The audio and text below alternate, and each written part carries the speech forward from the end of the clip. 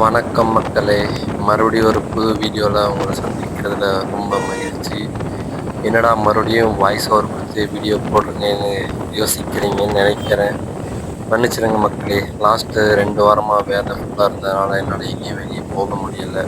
இதுக்கு பதிலா வேற ஒரு பெரிய ட்ரிப்பு பிளான் பண்ணி, அதுக்கான எக்ஸிக்யூஷன் போயிட்டுருக்கு. கண்டிப்பா பிளான் பண்ணிட்டேன். கெளம்பி அந்த ஒரு பெரிய ட்ரிப் போயிட்டு வருவேன். அடுத்த வீடியோ எல்லாமே கண்டிப்பா வாய்ஸ் ஓவர் குடுக்காம எல்லாமே லைவா ரெக்கார்ட் உங்களுக்கு அப்லோட பார்க்குறேன் மக்களே. ஏன்னா எனக்கே வாய்ஸ் ஓவர் குடுக்கறது பெருசா பிடிக்காது. இருந்தாலும் இந்த பழைய வீடியோஸ கொஞ்சம் அட்ஜஸ்ட் பண்ணிக்கங்க. இன்னைக்கு நம்ம எங்க போயிட்டுருக்கோன்னு பார்த்தீங்கன்னா, பாலக்காட நோக்கி நம்மளோட பயணத்த நம்ம இப்போ போயிட்டுருக்கோம். இது எடுத்தது கிட்டத்தட்ட ஜூன் மாசம்னு நெனைக்கிறேன். இல்ல ஜூலைன்னு நெனைக்கிறேன் மக்களே. ஒரு ஞாயிற்றுக்கிழமை என்ன பண்ணுறதுன்னு தெரியாம, சரி நான் பார்த்து ஒரு வீடியோ பிளான் பண்ணி போனேன். ஆனா ஃபர்ஸ்ட்டு போனது ஒரு இடத்துக்கு, அப்புறம் போற வழியில வேற ஒரு ஞாபகம் வந்து, பிளான மாத்திட்டு நான் போன ஒரு இடம் தான். எப்படி சொல்றது?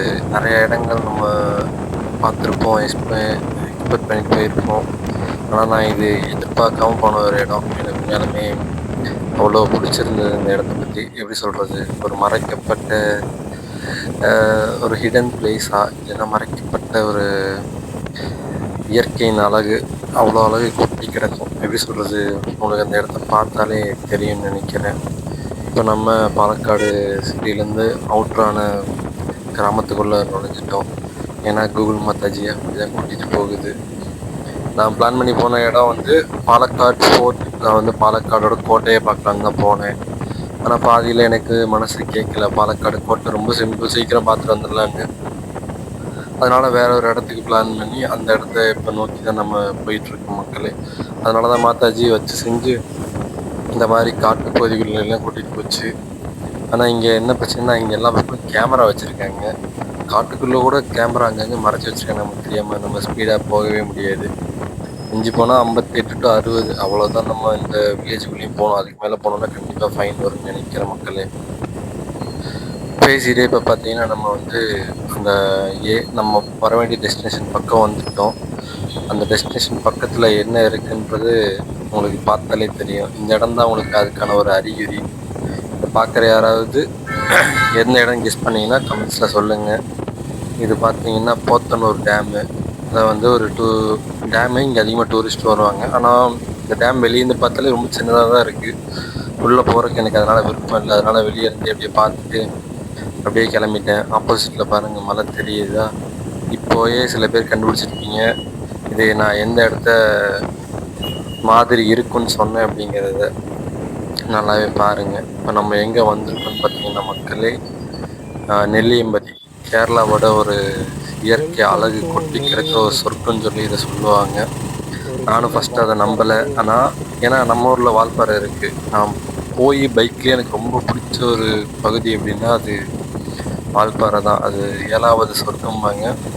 இது பயங்கர உண்மையாலுமே அவ்வளோ பயங்கரமான ஒரு சொர்க்கமான பகுதி தான். அதுக்கு நிகராக இது இருக்குன்னு சொன்னப்போ நான் நம்பலை. ஆனால் அது போனதுக்கப்புறமா எனக்கு தெரிஞ்சுது கண்டிப்பாக இது வால்பாறைக்கு எந்த விதத்துலேயும் சலிச்சதில்லை. இது உண்மையாலுமே அப்படி ஒரு சொர்க்கம் மாதிரியான ஒரு இடமா தான் எனக்கு தெரிஞ்சுது. அதோட அழகுகளும் எண்ணிலடங்க அருவிகளும் பார்த்தா பார்த்துக்கிட்டே இருக்கலாம், போனால் போய்கிட்டே இருக்கலாம். ரோடும் கொஞ்சம் மோசமாக இருந்தாலும் அந்த அழகு எல்லாத்தையும் வந்து மறைச்சிருது. எப்படி சொல்கிறது? போகிற வழியெல்லாம் அருவி, எண்ணிட்டு போனோம்னா என்றக்கு கைவிரல் பத்தல, மனசில் ஞாபகம் வச்சவர்களுக்கு சத்தியம் இல்லை. அவ்வளோ அருவி உண்மையாலுமே இந்த வழியில் இருந்தது. நான் போனது ஆஃப் சீசன், அதை வந்து மழை காலம் முடிஞ்சதுக்கப்புறம் தான் போனேன். அப்போவே அவ்வளோ அருவி இருந்தது.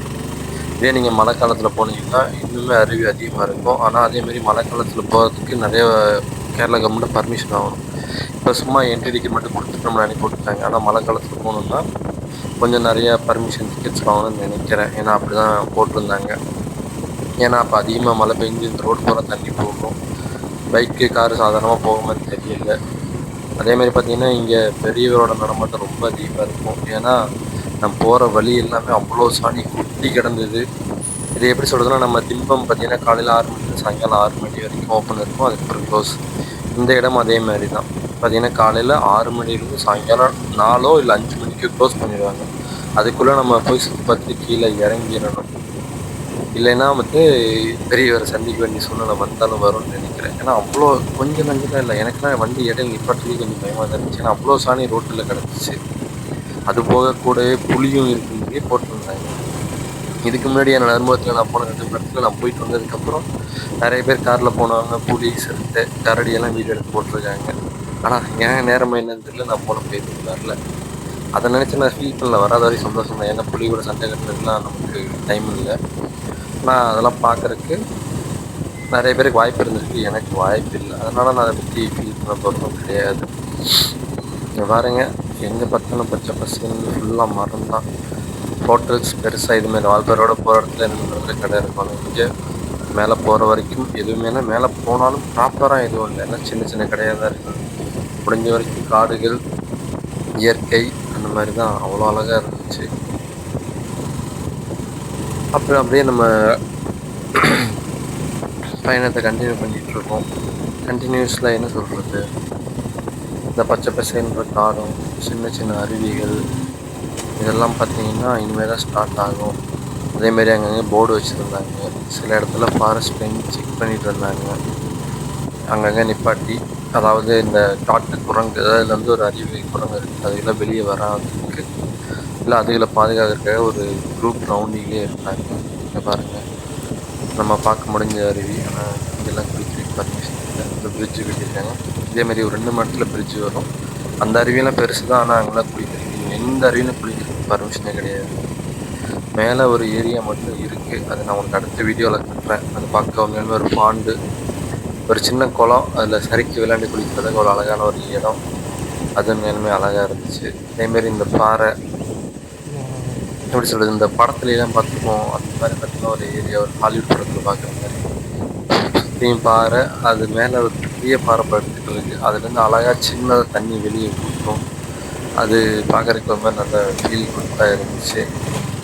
எப்பயும் சொல்கிற மாதிரி தான், ஹில் ஸ்டேஷன் போனோம்னா இந்த மாதிரி பெரிய பஸ்ஸு பின்னாடிலாம் போகும்போது கொஞ்சம் பார்த்து நம்ம தான் முடியும். ஏன்னா டக்குனு திருப்பவும் முடியாது, வேகமாக மேலே ஏறவும் முடியாது. ஆனால் நான் போனப்போ சண்டே தான், அதிகமாக க்ரௌடு இருந்துச்சு. இருந்தாலும் ஏன்னா இவங்க எல்லாத்தையும் கொஞ்சம் கொஞ்சம் அடிச்சு பிடிச்சி நான் தனியாக போகிறதுக்காக கொஞ்சம் வேகமாக அந்த இடத்துல போக வேண்டியது இருந்தாலும் மாட்டிக்கணும்னு பயமாக இருந்தது. இருந்தாலும் அவங்கள தாண்டி போயிட்டுனா என்னால் இன்னும் பீஸ்ஃபுல்லாக இந்த இடத்த ரசிக்க முடியும் யாரும் இல்லாமல் அப்படின்னு அந்த தனிமைக்காக அவங்கள எல்லாத்தையும் அடித்து விரட்டிட்டு முன்னாடி வந்து நான் அந்த தனிமையை என்ஜாய் பண்ணிட்டு போனேன். ஆனால் இந்த வாட்டி நான் இந்த தனிமையில் போகும்போது எதுக்கும் நான் பயப்படலை. ஏன்னா எனக்கு இந்த அழகு அவ்வளோ பிடிச்சிருந்தது. அதனால் எதை பற்றி யோசிக்காமல் இந்த அழகை ரசிச்சுக்கிட்டு அப்படியே அதை பார்த்துட்டு அப்படியே போயிட்டே இருந்தேன். நிப்பாட்டி நிறைய ஃபோட்டோஸ் வீடியோஸ் எடுத்துருந்தாங்க. ஆனால் எனக்கு நிப்பாட்டி ஃபோட்டோஸ் வீடியோஸ் எடுக்கிறதுல பெருசாக ஆர்வம் இல்லை. அதனால் சரி அப்படின்ட்டு நான் அப்படியே கிளம்பி கண்டினியூ பண்ண ஆரம்பிச்சிட்டேன். மக்களே, எப்படி சொல்கிறது, இந்த இடம் உண்மையாலுமே இன்னொரு சொர்க்கம் மாதிரி அவ்வளோ அழகாக இருந்துச்சு. அடுத்தடுத்த வீடியோவில் உங்களுக்கு என்னங்கிறத நான் கண்டினியூவாக சொல்கிறேன் மக்களே. அது வரைக்கும் என்னுடைய தொடர்பில் இருங்க. வீடியோ பார்த்த அனைவருக்கும் நன்றி மக்களே.